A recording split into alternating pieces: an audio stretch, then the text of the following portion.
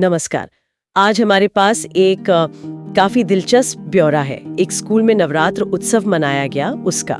ये सरस्वती शिशु मंदिर, station road, बाढ़ की बात है। तारीख थी 27 सितंबर 2025 शनिवार। तो चलिए देखते हैं इसमें क्या कुछ है। थोड़ा गहराई से समझते हैं कि इस एक शाम के कार्यक्रम में क्या खास था, है ना। हमारा इरादा है कि इसके सांस्कृतिक, सामुदायिक और शायद शिक्षा से जुड़े कुछ पहलुओं को समझें।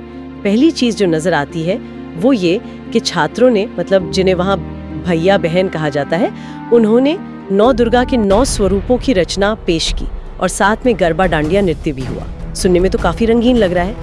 हाँ, तो ये 2 मुख्य चीजें थी, नवदुर्गा स्वरूप रचना और गरबा डांडिया। एक तरफ थी वाटिका खंड की बहनें।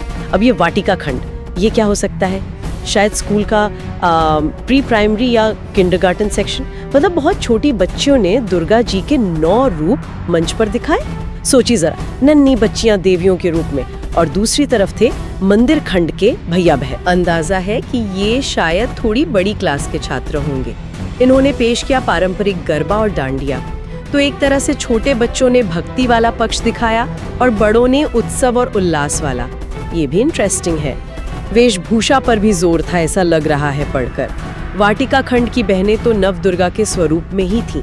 मतलब हर बच्ची शायद एक अलग देवी, शैलपुत्री, ब्रह्मचारिणी वगैरह। और मंदिर खंड की बहनों ने गरबा की खास ड्रेस पहनी थी, रंगीन सी। और भैया लोग भी थे, कुर्ता पजामा में, सांस्कृतिक पोशाकें। और ये सब स्कूल की प्रधानाचार्य श्रीमती सुप्रिया कुमारी जी, उनके मार्गदर्शन में हुआ। मतलब सिर्फ कपड़े पहनाना नहीं, इसके पीछे एक सोच लगती है। हाँ बिल्कुल। यहाँ कुछ बातें हैं जो ध्यान खींचती हैं। पहली तो ये कि अलग अलग उम्र के बच्चे शामिल थे, जो आपने भी कहा। छोटी बच्चियों को देवी का स्वरूप देना और बड़े बच्चों से लोक नृत्य करवाना, ये शायद उनकी उम्र और समझ के हिसाब से भूमिका देने का तरीका हो। छोटी उम्र में बच्चे शायद कहानी पात्रों से ज्यादा जुड़ते हैं ना, तो देवी स्वरूप बनाना शायद ज्यादा असरदार लगा होगा। और दूसरी बात, पारंपरिक वेशभूषा पर इतना जोर, ये दिखाता है कि स्कूल सिर्फ परफॉर्मेंस नहीं करवा रहा, बल्कि इस परंपरा के एहसास को, उस फील को बनाए रखना चाहता है। कपड़े सिर्फ दिखावा नहीं होते ना, वो संस्कृति का हिस्सा है जिसे मनाया जा रहा है। और देखिए, नवदुर्गा स्वरूपण और गरबा नृत्य, ये दोनों ही नवरात्र के अहम हिस्से हैं। स्वरूपण में भक्ति है, श्रद्धा है, देवी की शक्ति का प्रदर्शन। जबकि गरबा डांडिया में क्या है? सामुदायिक उल्लास है, खुशी है, सब साथ मिलकर नाच रहे हैं। तो स्कूल ने एक ही उत्सव में त्योहार के दोनों जरूरी पहलू, भक्ति और उत्सव, दोनों को समेट लिया। ये दिखाता है कि सांस्कृतिक परंपराओं को सिर्फ पढ़ाया नहीं जा रहा, बल्कि अनुभव के जरिए, करके सीखने के जरिए शिक्षा का हिस्सा बनाया जा रहा है। अच्छा, तो ये सिर्फ एक स्टेज शो नहीं था, मतलब ये एक तरह के अनुभव आधारित शिक्षा का प्रयास। विवरण में कुछ और शब्द भी हैं जो शायद इसी तरफ इशारा करते हैं, जैसे नवदुर्गा के सांस्कृतिक एवं आध्यात्मिक भावगीतों पर प्रस्तुति, और दूसरा अनुशासित रूप में पारंपरिक गरबा एवं देवी लोक नृत्य।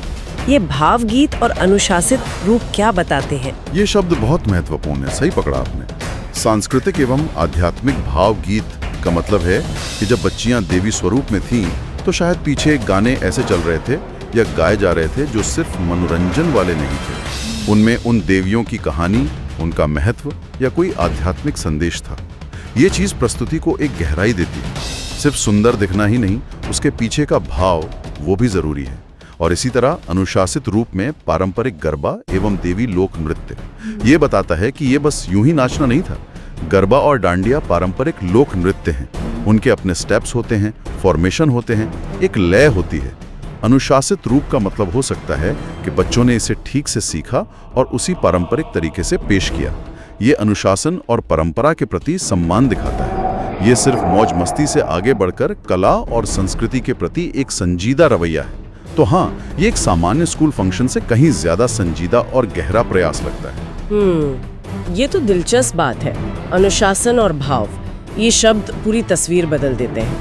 अच्छा, इस कार्यक्रम में सिर्फ स्कूल के लोग ही नहीं थे, बाहर से मेहमान भी थे।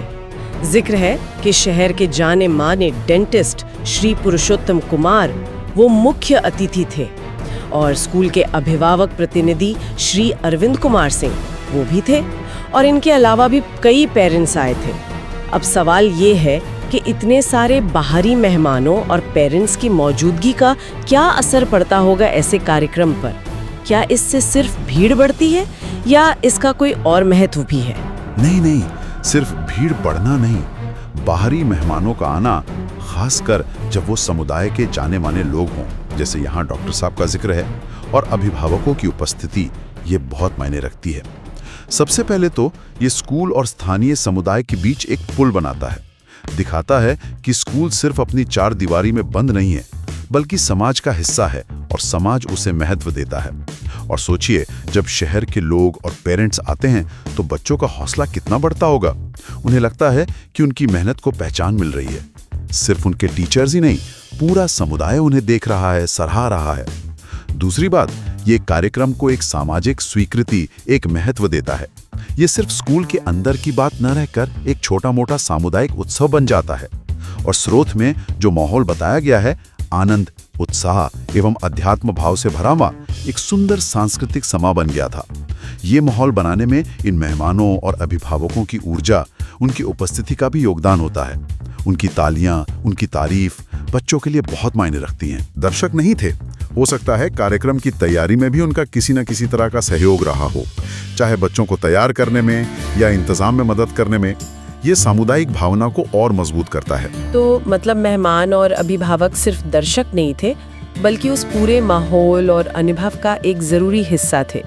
उनका होना कार्यक्रम की सफलता और उसके असर दोनों के लिए जरूरी था। ये पूर्ण सहयोग वाली बात भी सोचने वाली है। आजकल की भागदौड़ में पेरेंट्स का इस तरह जुड़ना कितना अहम है स्कूल के लिए। खैर, विवरण में एक और बहुत ही अनोखी बात लिखी है।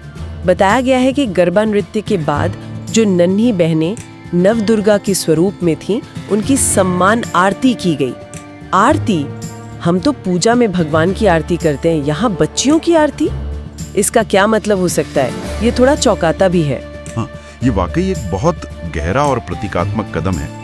उन छोटी बच्चियों की आरती करना जो देवी के 9 स्वरूपों में थी। ये सिर्फ कार्यक्रम का अंत या बच्चों को शाबाशी देना भर नहीं है। ये उन दिव्य स्वरूपों के प्रति गहरी श्रद्धा और सम्मान दिखाने का तरीका है, जिनका वो बच्चियां उस वक्त प्रतिनिधित्व कर रही थीं। भारतीय परंपरा में, खासकर नवरात्र में, कन्या पूजन का कितना महत्व है, जहां छोटी बच्चियों को देवी का साक्षात रूप मानकर उनकी पूजा की जाती है, उन्हें भोजन कराते हैं, भेंट देते हैं।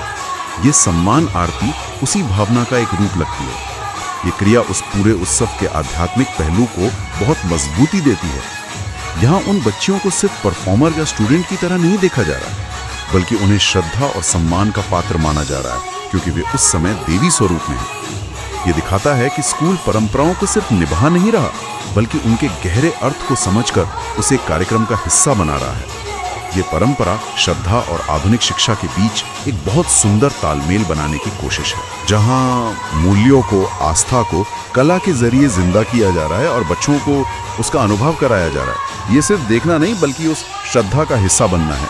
वाकई ये सम्मान आरती वाला पहलू, ये तो पूरे आयोजन को एक अलग ही मतलब दे देता है। ये सिर्फ सांस्कृतिक कार्यक्रम ना रहकर एक आध्यात्मिक अनुभव भी बन गया है। अच्छा, और आखिर में ये भी लिखा है कि इस मौके पर विद्यालय के सभी आचार्य जी, दीदी जी और कर्मचारी गण भी मौजूद थे। आचार्य जी, दीदी जी मतलब शायद टीचर्स, तो प्रिंसिपल से लेकर टीचर्स और बाकी स्टाफ तक पूरा स्कूल शामिल था। हाँ, बिल्कुल। और ये जानकारी भी कम अहम नहीं है। ये दिखाता है कि ये आयोजन किसी एक व्यक्ति या कुछ लोगों का नहीं था, बल्कि पूरे विद्यालय समुदाय का एक साझा प्रयास था। जब प्रिंसिपल, सभी टीचर्स, नॉन टीचिंग स्टाफ, बच्चे, उनके पेरेंट्स और समुदाय के लोग सब मिलकर किसी कार्यक्रम का हिस्सा बनते हैं, तो ये उस संस्था की एकता और साझा मकसद को दिखाता है। ये दिखाता है कि स्कूल सिर्फ पढ़ाई की जगह नहीं, बल्कि एक जीता जागता समुदाय है, जहां सब मिलकर सांस्कृतिक और सामाजिक मूल्यों को जी रहे हैं।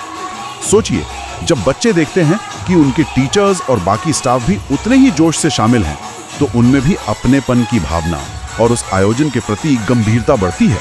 ये सिर्फ एक छुट्टी या मौज मस्ती का दिन नहीं रह जाता, बल्कि स्कूल की पहचान और उसकी संस्कृति का हिस्सा बन जाता है। इसलिए ये आयोजन सिर्फ नवरात्र का उत्सव नहीं था, ये सामुदायिक एकता, सांस्कृतिक विरासत को सहेजने और उसे अगली पीढ़ी तक पहुंचाने के इरादे का एक प्रैक्टिकल उदाहरण था।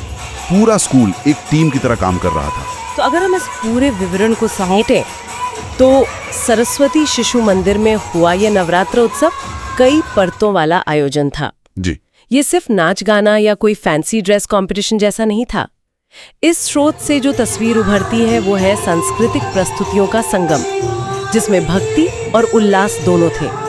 पारंपरिक वेशभूषा का महत्व और उसके पीछे की सोच, अलग अलग उम्र के बच्चों की सार्थक भागीदारी, स्कूल और समुदाय के बीच का मजबूत रिश्ता, जिसमें मेहमानों और अभिभावकों की अहम भूमिका थी। अभिभावकों का सक्रिय सहयोग। और सबसे अनोखी बात, प्रदर्शन के साथ साथ गहरी आध्यात्मिक भावना का होना, जैसा कि सम्मान आरती से पता चलता है। इसमें उत्सव, शिक्षा, संस्कार और समुदाय सब कुछ एक साथ बुना हुआ लगता है। हाँ, यह स्रोत हमें एक स्कूल के नजरिए से दिखाता है कि कैसे एक पारंपरिक त्योहार मनाया जा सकता है, सिर्फ छुट्टी मनाकर या एक फॉर्मल कार्यक्रम करके नहीं, बल्कि उसे जीने का, अनुभव करने का मौका बनाकर। और यह हमें सोचने पर मजबूर करता है, जब बच्चे इस तरह के आयोजनों में सिर्फ दर्शक नहीं होते बल्कि सक्रिय भागीदार बनते हैं। वे खुद देवी का स्वरूप बनते हैं, वे पारंपरिक नृत्य करते हैं, वे उन भावगीतों को महसूस करते हैं, वे अपने समुदाय से जुड़ते हैं और उन्हें सम्मान भी मिलता है। तो इस तरह का अनुभव उनके अपने विकास पर, उनके आत्मविश्वास पर और अपनी संस्कृति, अपनी जड़ों के प्रति उनकी समझ और जुड़ाव पर कैसा और कितना गहरा असर डालते हैं। क्या ये अनुभव उन्हें सिर्फ जानकारी देने से ज्यादा मजबूती से अपनी परंपराओं से जोड़ते हैं? ये एक ऐसा सवाल है जिस पर शायद हम सबको सोचना चाहिए कि शिक्षा में ऐसे अनुभवों का क्या और कितना स्थान होना चाहिए।